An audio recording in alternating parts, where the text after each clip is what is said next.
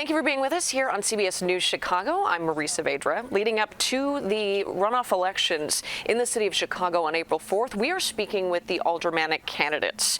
Joining me now is Alderman Gil Villegas. He faces one challenger to remain on city council. Alderman, thank you for your time. Oh, thank you. I appreciate it. I want to start by asking, what is motivating you to seek out another term as alderman? Yeah, well, I have a career and a life of public service, whether it was serving in the Marines, serving as a union steward, shop steward for Teamsters, serving nearly a decade in state government, in senior positions, or as an alderman for the past 8 years. I've always had this urge to serve, make sure that we're representing working families. And now with a new mayor coming in, I want to make sure that we have experienced leadership that has the ability to deliver for working families. We know that the ward boundaries were redrawn for the 36th. How is that impacting not only the election, but also any approaches you've had in your campaign? Yeah, so it's been, initially it was a little challenging, but now that we've opened up a second office in the eastern portion of the ward, we've been open for the past few months and have helped serve hundreds of constituents already with city services.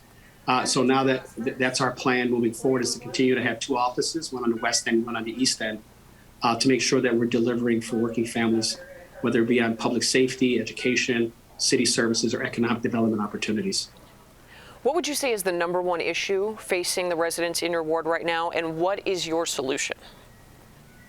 Yeah, so the number one issue, as you can imagine, is public safety. Mm-hmm. I've run on a platform with an acronym PEACE: public safety, education, accountability, and city services and economic development. As it relates to public safety, that we need to make sure that we're doing two things. Number one, we're funding the police at the proper levels, but also making sure that we're funding and trying to get to the root cause of violence, as well as homelessness and poverty. And I can tell you that I have that experience, and I have done those types of legislative and appropriations. As it relates to public safety, I've made sure that the budget for CPD has been funded appropriately, but also going to the root cause. I've supported budgets that make investments in the south and west sides of the city, almost $2 billion. But we know that it's going to take time for those projects to come online, as well as opportunities to come to fruition.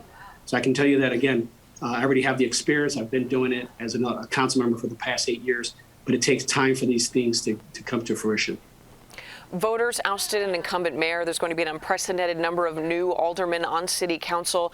How is that shaping your perspective of the job as alderman, should you be elected to serve once again?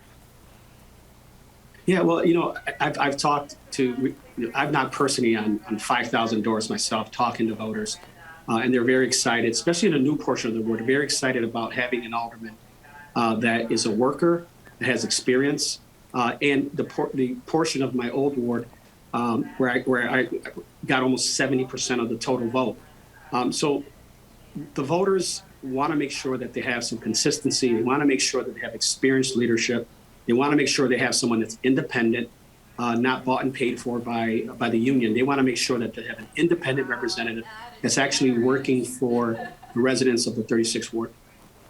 Alderman Villegas, thank you so much for being with us. Thank you. Appreciate it. Joining us now is the challenger for the 36th ward, Torres Whitt. Lori, thank you for your time and being with us. Thank you for having me. I want to ask, why do you want to be alderman?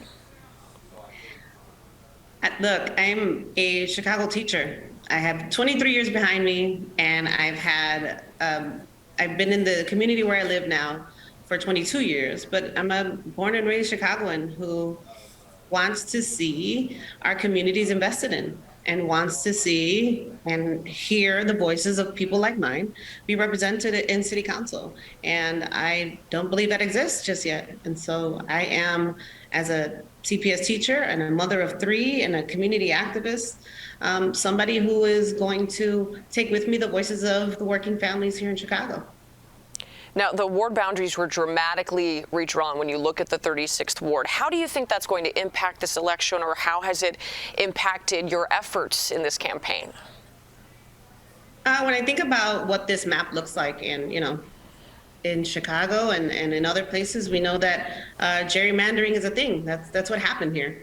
And for someone to take this position and be successful, it's going to require doing exactly what we've done, motivating people, regardless of where they are on this map, to see themselves as a community being built. I am a community organizer and a community activist, and it is important to me to reach as many people as possible and to be able to assure them that the way in which they're going to be represented is by someone reaching out to them and adding their voices to the discourse and the decision-making that happens in Chicago. What would you say is the number one issue facing your ward right now, and what is your solution? So in my conversations with neighbors, we have a top three, right? As in every other community in Chicago at the moment, public safety is a hot button item, and it is something that we are concerned about. As an educator, our schools come up. As a mother, investment in youth comes up. Public safety to me is defined in what the people need and how do we get them to a place where everyone feels safe regardless of where they live. And that requires investment. That requires looking at the money that's already in the city and using it to advance our efforts to make people feel safe. That means mental health supports for our citizens here in Chicago, but also mental health supports for our officers who are struggling in the work that they do. Look, I'm a public servant. I have been that as an educator, and I was raised to lead and to serve community.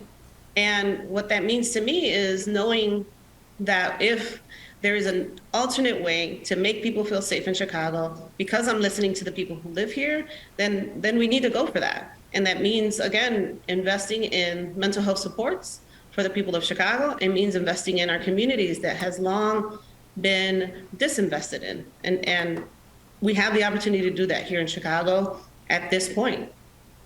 So voters ousted an incumbent mayor. There are going to be a lot of new aldermen in this class of city council. How does that context affect the way you look at this job should you be elected? I look at it in a way that, when you look for a job, right? This is a job that holds a lot of weight in Chicago and comes with the responsibility of being accountable to the people who vote.